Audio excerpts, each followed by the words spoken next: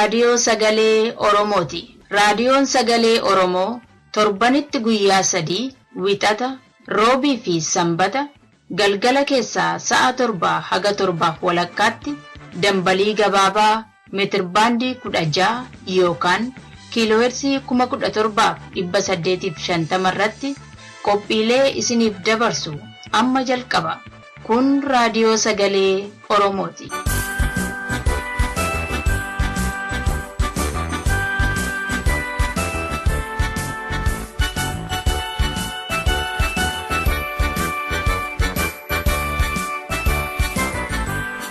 Har'a guyyaan muddee 8 bara 2014 dhaggeeffattoota keenya kabajamoo nagaan keenya bakka jirteetti isin haa ga'u.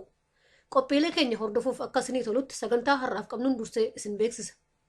Qophii hundee keessatti sagantaa quunnamtii fi madda galii jaarmiyaa miidiyaa madda walaabuu Minisootaa irratti haasawaa Piroofeesar Hamdeessaa Tussoo godhan isiniif dhiyeessina. Qophiin fayyaa hawaasaas yeroo isaa eeggatee isiniif dhiyaata. Hunda dura kan dhiyaatu oduudha. An kan isin keessummeessu Lalisee Odaajooti. Amma garuuttan isin dabarsa. Akka moltan dhaggeeffattoota keenya oduu sa'aatii kanaaf qabnuun sin dhageessisaa. An oduu kan sin dhageessisu Dhaabasaa Waaqjiraati. Baqattoonni yabalaan gara Yaman imalaa turan 60 ol ta'an dhuman. Maddeen oduu adda addaa akka gabaasaa jiranitti baqattooti dhuman kunneen Somaaliyaa irraa ka'anii gara Yaman kan imalaa turan. Jaarmiyaan dhimma baqattoota addunyaa UNHCR akka beeksisetti baqattooti yabalaan deemaa turan Garba Diimaa keessatti liqimfamanii dhuman. Reeffi namoota bishaaniin nyaatamees laga qarqaraa argamee akka jiraattota naannootiin awwaalame UNHCR dabalee beeksiseera. Baqattoonni kunneen keessaa garri caalaan isaanii lammii Itoophiyaa ta'uu maddi kun dabalee ibseera. BBC'n akka jedhetti immoo namooti doonii yookaan yabalaan dhuman kunneen gara 70 ol ta'an. Namooti kun otoo yabalaan gara Yaman deemaa jiranii qilleensi guddaatti dhufee yabalaan sun waan garagaleef bishaan keessatti liqimfamanii akka dhuman beekameera. Waggaa waggaadhaan baqattoonni yeroo garaa garaa keessatti galaana diimaa kana keessatti nyaatamaa akka jiran kan beekamuudha. Hawaasni Oromoo Melbourne Austraaliyaa keessa jiraatan qophiilee adda addaa gaggeessuutti akka jiran beekame. Waldaan Hawaasa Oromoo akka beeksisetti hawaasichi baatii kana keessa sagantaalee gurguddaa 2 gaggeessuuf jira. Akka kanaan muddee 14 bara 2014 waaree booda qophii eebba barattoota Oromoo gochuuf qophiin xumuramee jira. Guyyaa eebba barattoota Oromoo kana barattooti kutaa 6, kutaa 12 kolleejjii fi yuunivarsiitiilee garaa garaa keessaa eebbifaman gamtaadhaan walitti dhufanii waldaa hawaasa Oromoo irraa eebba kan fudhatanidha. Kana malees muddee 21 bara 2014 sagantaan guddaa kan Oromiyaa Art Federation Square jedhamu gaggeeffamuuf akka jiru waldichi beeksiseera. Akka waldichi marsaa isaa irratti ibsetti guyyaan kun guyyaa hawaasa Oromoo eenyummaa fi aadaa isaanii hawaasa Awustiraaliyaa fi hawaasa addunyaatti beeksifatan guyyaa aadaa Oromooti. Guyyaan aadaa kun barana yeroo 7ffaaf qopheeffamaa akka jiruu fi qophii baranaa irrattis weellisaa beekamaa Leencoo Abdishakur akka argamu beekameera. Ameerikaan lammiileen ishii yeroo Itoophiyaa keessa socho'an of eeggannoo akka godhan akeekkachiifte. Ibsi ministirii haajaa alaa Ameerikaa irraa kenname akka ibsutti yeroo ammaa Itoophiyaa keessa hiriirri mormii adda addaa gaggeeffamuuf jira. Filannoo bara dhufu biyyattii keessatti gaggeeffamuun kan wal qabate hiriirri garaa garaa fi mormiin adda addaa deemaa akka jiru kan akeekkachiise embaasiin Ameerikaa ibsa isaa kana keessattis mormiin karaa nagaan deemsifamuuf akeekamellee gara wal dhabbiitti ce'uu akka malu akeekkachiisee jira. Lammiileen Ameerikaa yeroo biyyattii keessa socho'an of eeggannoo fi hubachiisa aldureetiin masakamuu akka qaban dabalee dhaamee jira. Yeroo adda addaattis biyyattiin haleellaa garaa garaatiin dhaawamaa akka jirtu ibsi kun eeree jira. Itoophiyaa fi Keeniyaan haleellaa Alshabaab irraa karaa adda addaa isaan irratti aggaammatamu dhaabuuf gamtaadhaan hojjechuuf mari'achaa akka jiran beekame. Oduun Naayiroobii Keeniyaa irraa nu ga'e akka addeessutti biyyooti lameen haleellaa Alshabaab irraa karaa garaa garaa isaan irratti dhufuu malu dursanii dhaabuu fi eegga dhalatees ofirraa ittisuudhaaf marii guddaatti jiru jedhameera. Mariin kun dhoksaadhaan adeemsifamaa jira kan jedhe maddi keenya agayoonaatti odeeffannoo argateen akka mirkaneessetti biyyooti lameen keessaayyuu karaa daangaa Somaaliyaa kan waldaangessu irratti gamtaadhaan bobba'uu fi humna Alshabaab ofirraa ittisuuf waliigalteerra ga'aniiru. Akka odeessa nu ga'etti gareen lamaan daangaa isaanii irratti waloon bobba'uu fi duula isaaniis waloon gaggeeffachuuf murteeffatanii jiru. yeroo adda addaatis biyyooti lameen waliigaltee nageenyaaf tikaa waan qabaniif gamtaadhaan bobba'anii humnoota shakkan irratti tarkaanfii fudhachaa akka jiran beekamaadha. Kana malees mootummaan Itoophiyaa mormitoota biyya Keeniyaa Naayiroobii keessa qubatanii fi daangaarra jiran yeroo barbaadetti seenee fudhataa akka ture beekamaadha. Dhumarrattis qabsoo Oromoo keessatti gumaata olaanaa kennaa kan turan obbo Tulluu Urgee addunyaa kanarraa boqotan. Obbo Tulluun abbaa isaanii obbo Urgee jiruu fi haadha isaanii aadde Caaltuu Ejersaarraa bara 1947 Oromiyaa giddugala Salaalee keessatti dhalatan. Obbo Tulluu Urgee bara jireenya isaanii keessatti sodaa fi nuffii tokko malee qabsoo Oromoo keessatti gahee guddaa ba'aa kan turan. Obbo Tulluun dhukkubsatanii otoo yaalamaa jiranii waggaa 67tti addunyaa kanarraa darban. Obbo Tulluun nama jireenya isaanii guutuu dantaa Oromoof kennanii fi akka sadarkaan uummata Oromoo ol guddatu gahee isaanii gumaachaa turan ta'uu seenaa isaaniirraa hubatameera. Obbo Tulluun nama qabsoof dhalatan kan dantaa sabaaf dursa kennan sababa kanaafis hidhaa fi iraarsaa guddaadhaaf kan saaxilamanii turan. Sirni awwaalcha isaanii bakka maatii firoottan isaanii argamanitti Oromiyaa magaalaa Adaabbaa keessatti 26 bara 2014 akka raawwate beekameera. Oduun sa'aatii kanaaf qabnu kanuma qophii keenyaa fi waliin nagaan nu tura. Kun raadiyoo sagalee Oromooti. Dhaggeeffadhaa, hirmaadhaa.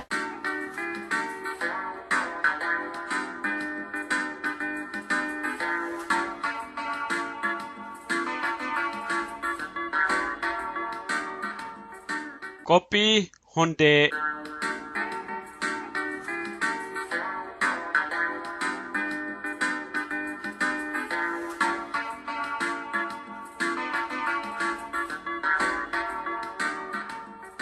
Akka mul'atan dhaggeeffattoota keenya kun qophii hundee torbaanitti sa'aatii kana isiniif dhiyaatu. Qophii hundee har'aa keessatti haasaa Profeesar Amdeessaa Tuussoo qophii madda galii gabbisuu fi quunnamtii Oromoo gidduu jiru wayyeessuuf Ameerikaa Mineesotaa keessatti gaggeeffame irratti dhageessisan kutaa sadaffaa isiniif dhiyeessina. Akkuma yaadattan qophii keenya darbe keessatti yaadannoo isaanii qabsoo Oromootiin wal qabate otoo haasa'anii sa'aatiin dhumnaan dhaabne.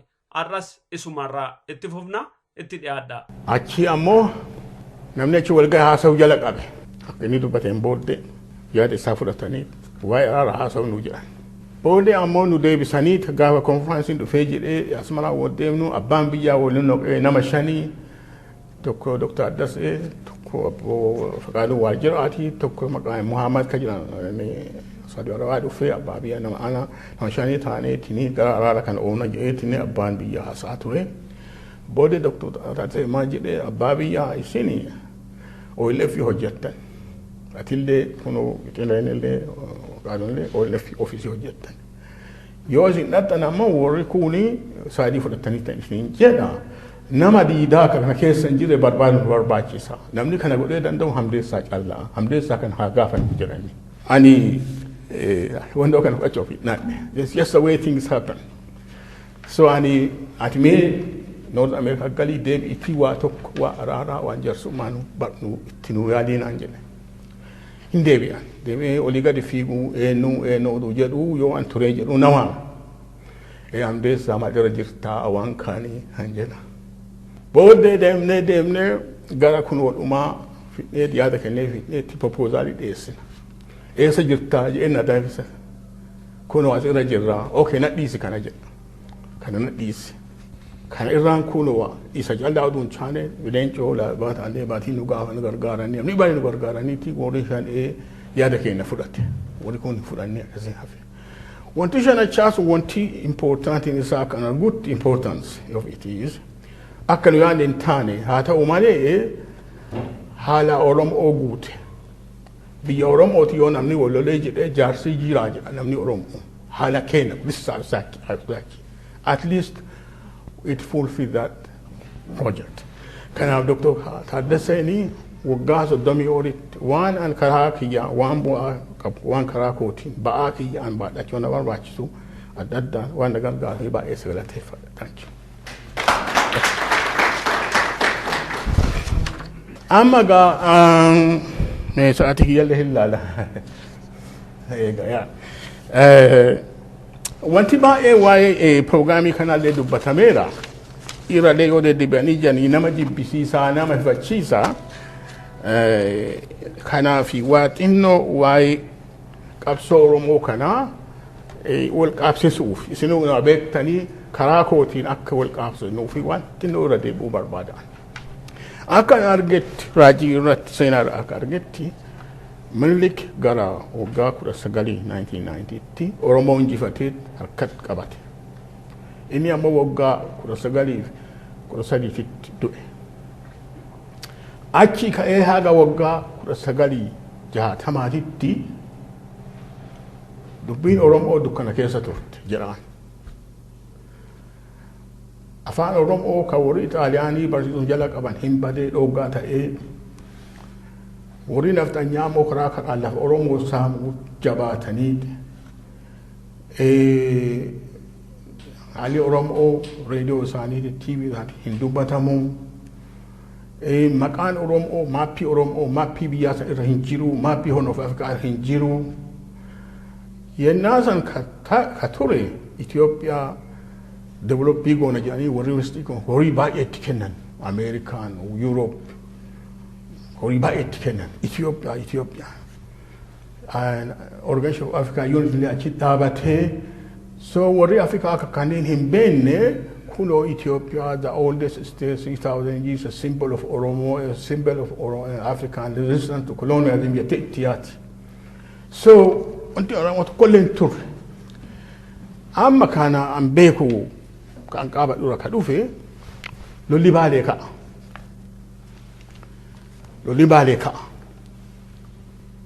bale yo ka eje dun woro achiti dura wala farra kaani donani musani jawaatani lola kasan gara Somalia argatani lola kasan psychologically wanti bale Oromo godhe baay'ee Oromooni uf ijaaree mootummaa kanaanii loluu hin danda'a ka jedhu Oromoo psychology fide maaliif ana yoo waan tureef hin dhagaa waan namni jedhu hin dhagaa yenna Haayilasillaaseen warra baalee kana wanti harkaa balleessee jedhu Haayilasillaaseen hin bu'ee na dargii ammoo obbo Baaroo Tumsaa Jeneraal Waaqoo Guutuutii fi obbo Adam Jiloo qabateetini Jeneraal Tafarii Bantii bila fida.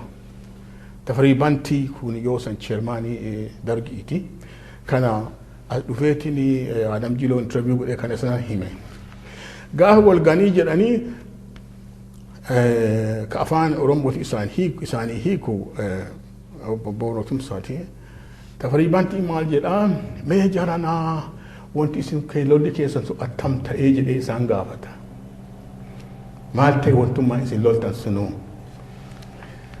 This is the dilemma of the educated Oromos warri Abashaa waliin hodhatan. Karaa tokkoon psychologically waan hundaanuu Abashaa hidhamaniiran. Karaa tokkoon ammoo jarri waan Abashaa goddaatuu fi isaan hin dhukkuba. So this was manifested in his statement. Wanti isin hojjetta sun maal ta'ee. This is the head of state. Wanti hojjetu maal ta'ee jedhee gaafa isaan gaafate. Haga dubbiin suni wanti baalee sun harkaa balee jedhee utuun banne ammoo macaatuu lamaan inni ijaarame macaatuu lamaan kan godhe akka argutti for the first time since conquest Oromoon warri baran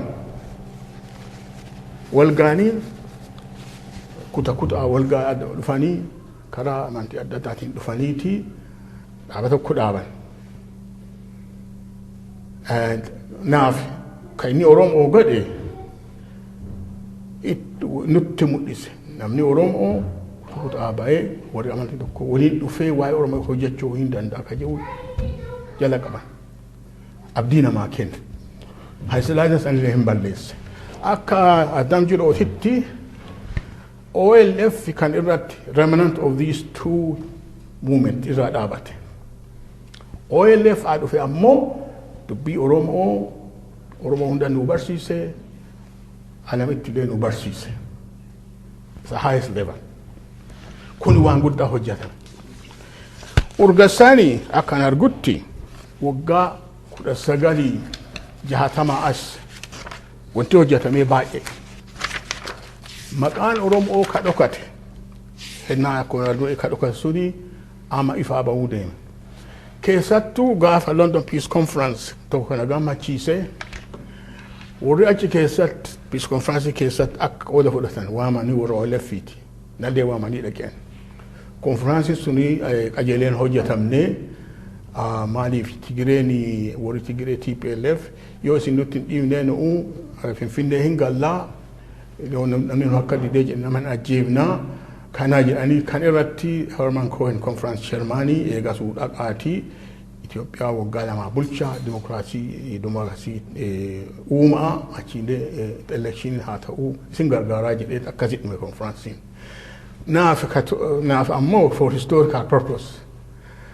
This was the first time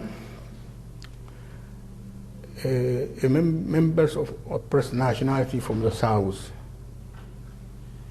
represented their experience at international level. This is not a small thing. This is very important. So kanafi hagasi as wanti baay'een hojjetame amma wanti baay'een hojjetame afaan kennaa namni kenna hin bara maqaan Oromoo maappii irratti baay'ee sirba Oromoo geerarsa Oromoo kan dhukatee taa'u argitanii adda argitanii Oromoon bakka hundattuu Oromummaa ofii mul'isuu fi namni isaallee isa dhaabee hin danda'u amma completely out of control abashaallee hin dandeettu warri faranjii amma akkatee jattullee hin beektu so the Oromo is here to stay jennuulee kan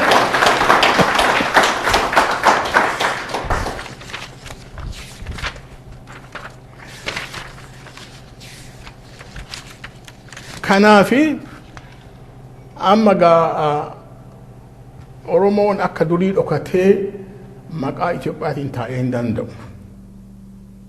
Duri Amaarri sobdee utubaa of gooteetii maqaa Itoophiyaatiin namni tokkollee Amaaraa miti of hin jetti. Nu Itoophiyaan hundinuu of hin jetti. Kana malatti baafteeti maqaa Itoophiyaaninnati bakka tokko dhaqxeetti lafa fudhatti. Bakka dhuftee kaan ajjeefti kaan hidhi. Akkasiin bul'aa turte. Tigireen ammoo duruu komii qabdi. Tigireen komii maalii? Emperor Milik kitaba kenna kutee Eertiriyaa taalimii kenne. Gara warra Saawuzii ammoo kan injifate lafa isaanii kana, warqii isaanii kana, coffee, all of this ka Oromoo, ka Sidaamaa, kanneen hundaa warri Shawaa, warri Amaaraa ka ofii godhatte nutti nu waliin nu hin qoonne. Nu kanaaf amma ka goonee dandeenyu Amaara kaafneeti Itoophiyaa haarawaa humnaa jedhan. So now what we have is the Tigrian version of Ethiopia, which is diverse but has to be controlled by the Tigrians. That's the Ethiopia. Bandra fi baafatanii, constitution fi baafatanii, kanatti campaign godhatan. So nu Oromooni akka durii sobaan dhokannee maqaa Itoophiyaatiin ginnoo san bula jala deemnee hin dandeenyu amma.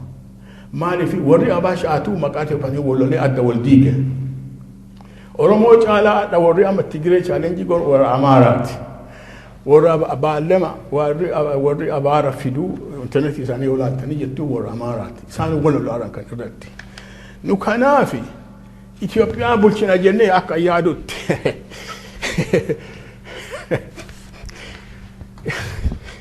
Itoophiyaa bulchina jennee demokraasii goone jennee irra wallollu kuni akka nargutti akka kiyya bu'aa hin qabu. Maaliif? Nu hunda akkasii hin qabnu. Imperial systemii guruppiin tokko power in yoo kabuchutu taate micciirtee qawween sibiilota powerii si barbaachisa. Hunda si barbaachisa kana jijjiiruuf. Tun akkasii hin qabnu. Amaarri duun akkasii hin qabdu ammaafi. Warri Ameerikaa warri West amma warra kana gargaaru interesting isaanii waa lama. Ethiopia as a territory, Ethiopia as a political entity, kind of isaan barbaadan for their own politics. Kanaafi Oromooni Ethiopia keessa haa bulu. Oromooni ofii bilisummaa haa argatu ka jedhee irra walollu kuni ammaaf akka argutti waa hin qabu. Allaattii raqa lafa jiruu fi allaattiin horra wanyaatti jira Oromoon. Mammaaksan beektu miti hundi keessanuu raqa lafa jiruuf allaattii horra jattan. Angoo hin qabnu warra Tigree kaafnee hin dandeenye. Kan irratti wal balleessuu dhiifnee waan hojjannee danda'u irratti hojjanneetii shagga jedhee yaada. Wanti hojjannee dandeenyu Oromoo jajjabeessu. Oromoo akka ofii humna argatu. Gaafa Oromoon jabaatee humna argatee diin ofirra kaasee jedhu eessa akka bulu haa muratu.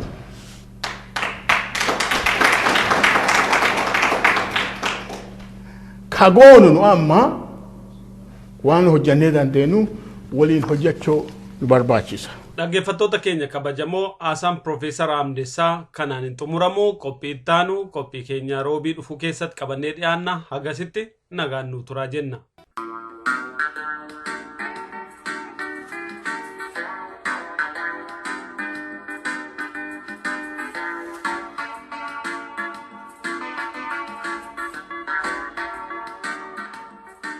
Daldala yookaan sagantaa beeksifattan qabdu. Raadiyoon Sagalee Oromoo raadiyoo walabaa tokkicha kan dambalii gabaabaaf intarneetiidhaan addunyaa guutuu irratti uummata miliyoonaan dhaga'amu. Daldala keessan beeksifachuu qunnamtii keessan wayyeessuu yoo feetan raadiyoo Sagalee Oromoo bilbilaa yookaan barreessaa qunnamaa. Raadiyoo Sagalee Oromoo. Kun raadiyoo Sagalee Oromooti. Dhaggeeffadhaa hirmaadhaa.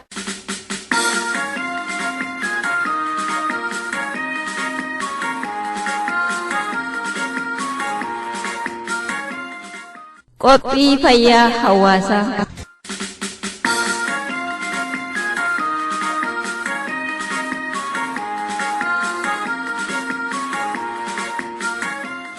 Akkam jirtu kabajamtoota dhaggeeffattoota keenya qophii fayyaa hawaasaa torbee wiixataa isinii dabarsinu qabannee dhiyaanneerra. Qophii har'aa keessatti dhibdee dhukkuba onnee fi sababoota jiran akkasumas mallattoolee dhibeen kun agarsiisu ilaalla. Kan qopheessee isinii dhiyeesse ana Leensaa Dinqaati. Muuziqaa kana boodatti dhiyaadhaa. Dhibdeen onnee yookaan afaan Ingiliffaan kaardiyoovaaskuulaar diziis jedhamee kan yaamamu dhibdee yookaan dhukkubbii hidda dhiiga qaama keenyaa dhibdee onnee waliin wal qabate cufa kan walitti qabee jirudha. Dhibeen kun yookaan dhukkubbiin kun maquma tokkoon gabaabsinee dhukkuba onnee jennee haa yaamnu malee bifa adda addaa qabaata. Maqaa adda addaanis yaamama. Eeggannoof tajaajilli dhibdee kanarraa fayyuuf godhamuu qabus akkasuma adda adda jechuudha. Kanaaf dhibdee yookaan dhukkubbii onnee jedhamu kana bakka afuritti qoonnee ilaalla. Tokkoffaa dhibdee hidda onnee yookaan coronary heart disease. Lammaffaa dha'icha yookaan laamshessaa yookaan stroke. Sadaffaa dhibdee onneen hojii isaa saffisiisaan hojjechuu hanqachuu yookiin dadhabuu congestive cardiac failure yookaan heart failure. Afraffaa dhibdee cuqqaalama hidda dhiigaa qaama keenyaa yookaan peripheral vascular disease kan jedhaman bakka afuritti hiramanii jiranidha. Egaan dhaggeeffattoota keenyaa dhibdeelee arfan olitti ibsaman keessaa lamaan kan duraa dhibdee onneen hojii isaa saffisiisaan hojjechuu hanqachuu yookaan dadhabuu heart failure kan jedhamuu fi dhibdee cuqqaalama hidda dhiiga qaama keenyaa kan jedhu qophii har'aa kana keessatti ilaalla. Nu hordofaa. Dhibdee onneen hojii isaa saffisiisaan hojjechuu hanqachuu yookiin dadhabuu yookaan heart failure. Rakkoo onneen keenya akka barbaachisutti qaama keenya keessa dhiiga facaasuu hanqachuurraa dhiigni qaamaas barbaachisaa ta'an bakka barbaadan gahaatti dhaqqabuu hanqachuun dhibdee onnee fida. Dhiigni gahaan qaama keenya keessa lola'uu hanqachuun ammoo gama kaaniin qilleensi haaraan qaamni keenya barbaadu kan silaa dhiiga waliin qaama keenya hunda waliin ga'uun irra ture qilleensa dhabuu danda'a jechuudha. Kanaaf onneen dhiiga gahaa facaasuu yookaan dabarsuu dadhabuurraa hir'ina dhiigaa qofa osoo hin ta'in hir'inni qilleensa qulqulluus qaama keenya mudata jechuudha. Yeroo akkas ta'us mallattoon dhukkubbii agarsiisantu jira.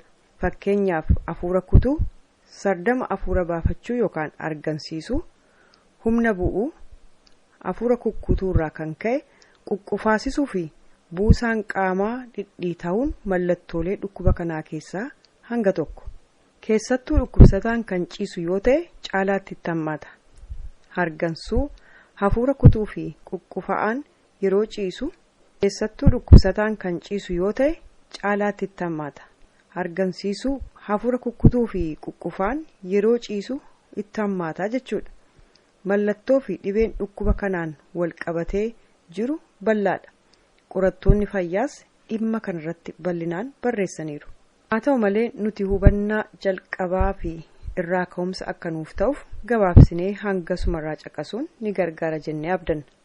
Dhibdee cuqqaalama hidda dhiiga qaamaa yookaan peripheral vascular disease.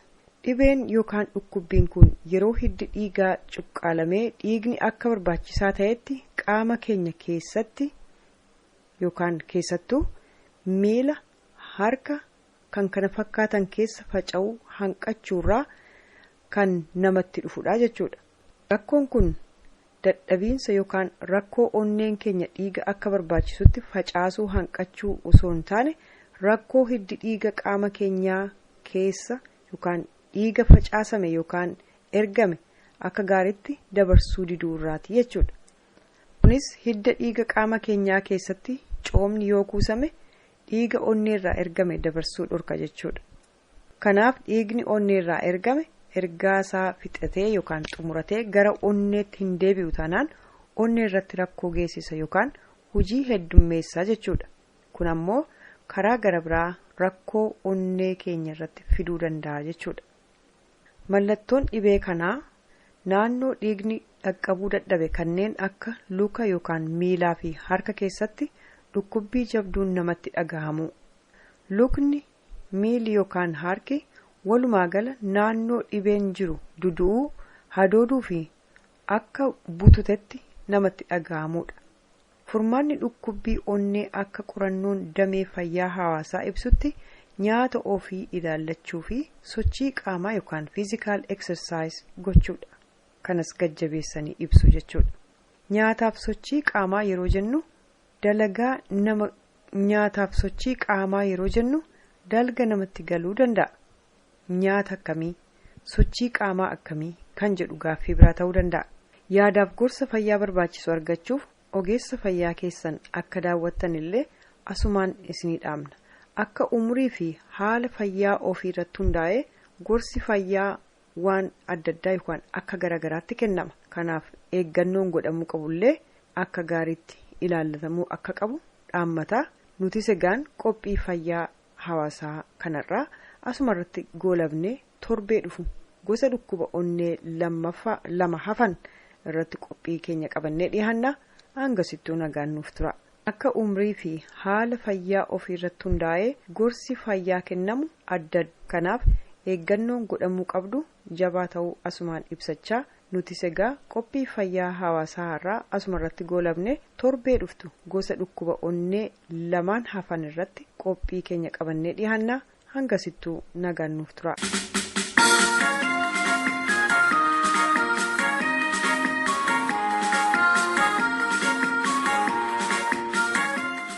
Qophiilee keenya toon xumuriin oduu xumuraan sin dhageessisa. Baqattoonni Yabalaan gara Yaman imalaa turan 70 ol ta'an dhumuun gabaafameera. BBC'n akka gabaasetti baqattoonni kunneen Somaaliyaarraa gara Yaman otoo deemaa turanii Garba Diimaa keessatti dhuman. UNHCR akka ibsetti baqattoonni martinuu dhumaniiru. Hawaasni Oromoo Melbourne Austraaliyaa keessa jiran qophiilee garaagaraa gaggeessuuf akka jiru beekame.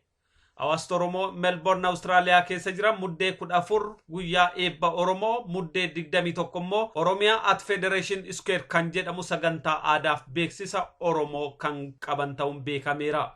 Itoophiyaa fi Keeniyaan aleellaa Alshabaab irraa isaanitti dhufu gamtaadhaan ittisuudhaaf mariitti akka jiran beekame.